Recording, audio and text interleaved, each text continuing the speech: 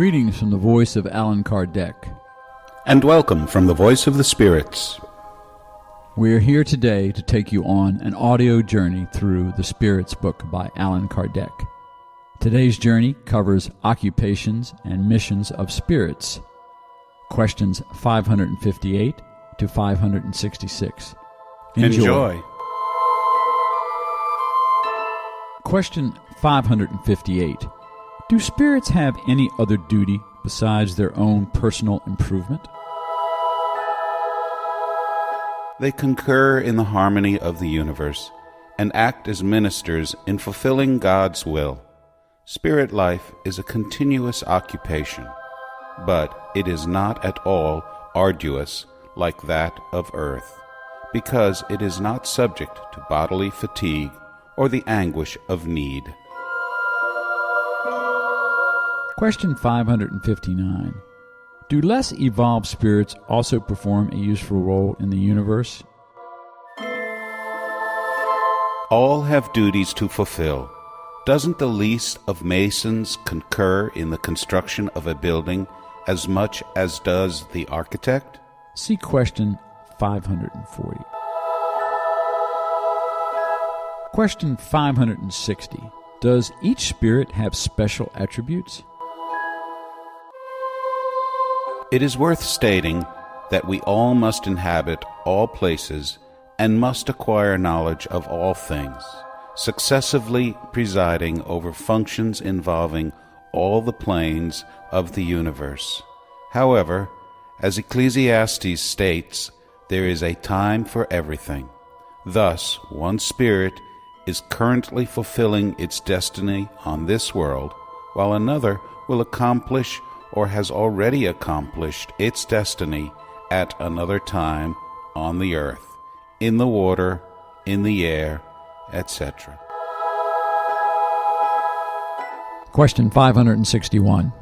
Are the functions that spirits perform in the order of things permanent for each spirit, or do such functions belong exclusively to the attributes of certain orders? All spirits must ascend the various degrees of the scale in order to perfect themselves. Since God is just, God could not have given knowledge without effort to some, while others acquired it only in a painful manner. Author's remarks for question 561. Likewise, among humans, no one reaches the supreme degree of skill in any art without having acquired the necessary knowledge by practicing the most elementary functions of that art.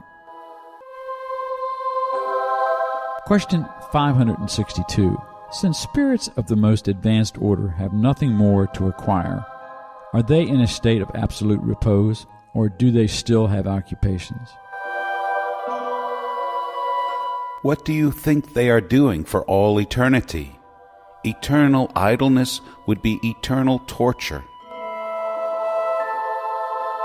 Sub-question 562. What is the nature of their occupations? Receiving orders directly from God, transmitting them through the universe, and supervising their execution. Question 563. Are the occupations of spirits unceasing? Unceasing, yes, if we understand that their thought is always active, for they live by thought. Yet one must not equate their occupations with the material occupations of humans. Their very activity is a delight, because they know they are being useful. Sub-question 563. That is understandable for good spirits, but does the same apply to less evolved ones? Less evolved spirits have occupations suitable for their nature. Would you entrust the works of cultured individuals to manual laborers? Question 564. Are there among spirits those who are idle, or who do not occupy themselves with anything useful? Yes, but it is temporary and depends on the development of their intelligence. Certainly, as among humans, there are those who live only for themselves.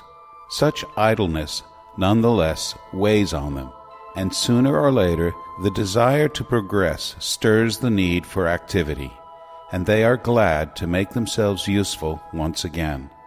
We are speaking of spirits who have arrived at the necessary point of self-consciousness and free will, for at their origin they are like newborn children, who act more from instinct than from a determined will. Question 565. Do spirits examine our works of art and take an interest in them? They examine anything that may indicate the elevation of spirits and their progress.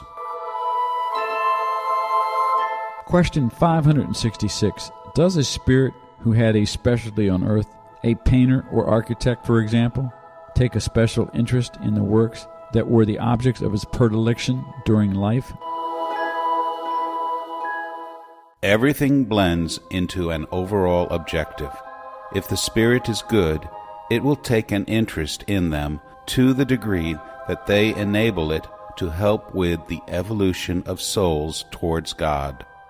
Besides, you are forgetting that spirits who practiced an art during the lifetime in which you knew them could have practiced another in a previous lifetime, because it is necessary for them to know everything in order to perfect themselves.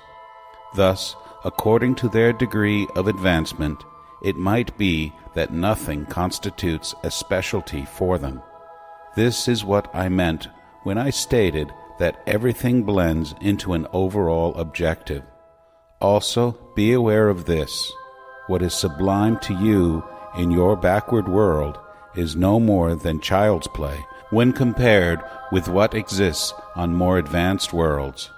Why would you suppose that the spirits who inhabit those worlds, where there are arts unknown to you, would admire what would appear to them as no more than the works of a school child? As I have already stated, they examine whatever may indicate progress. Sub-question 566. We understand why such must be the case with highly advanced spirits, but we are speaking about more commonplace spirits who have not yet raised themselves above earthly ideas. Their case is different. Their point of view is more limited, and they may admire what you yourselves admire.